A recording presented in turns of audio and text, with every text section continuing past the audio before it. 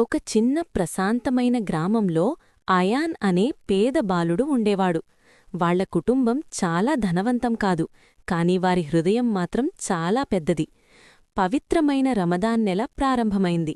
గ్రామం మొత్తం సందడిగా మారింది. ప్రతిరోజూ అందరూ ఉపవాసం చేసి సాయంత్రం ఇఫ్తార్ కోసం కలసి కూర్చునేవారు. కాని అయాన్కి ఒక సమస్య ఉంది.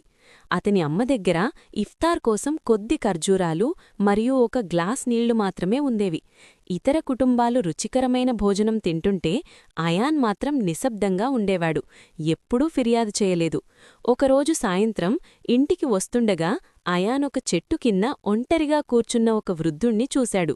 అతను చాలా బలహీనంగా, ఆకలిగా కనిపించాడు. ఏమీ ఆలోచించకుండా అయాన్ తన దగ్గర ఉన్న ఖర్జూరాలు మరియు నీళ్లు ఆ వృద్ధుడికి ఇచ్చేశాడు. ఆ వృద్ధుడు నవ్వుతూ అన్నాడు, అల్లా నీకు ఆశీర్వదించుగాక బిడ్డా. ఆ రోజు అయాన్ కేవలం నీళ్లు తాగి ఉపవాసం విరమించాడు. కాని అతని హృదయం ఆనందంతో నిండిపోయింది.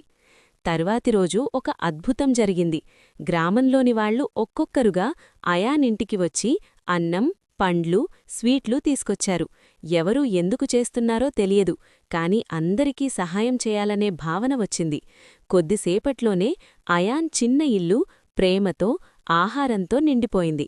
ఆ రాత్రి అయాన్ అమ్మ చెప్పింది, బిడ్డా, రమజాన్లో నువ్వు ఎవరికైనా సహాయం చేస్తే అల్లా నీకు ఊహించని విధంగా ఆశీర్వాదాలిస్తాడు.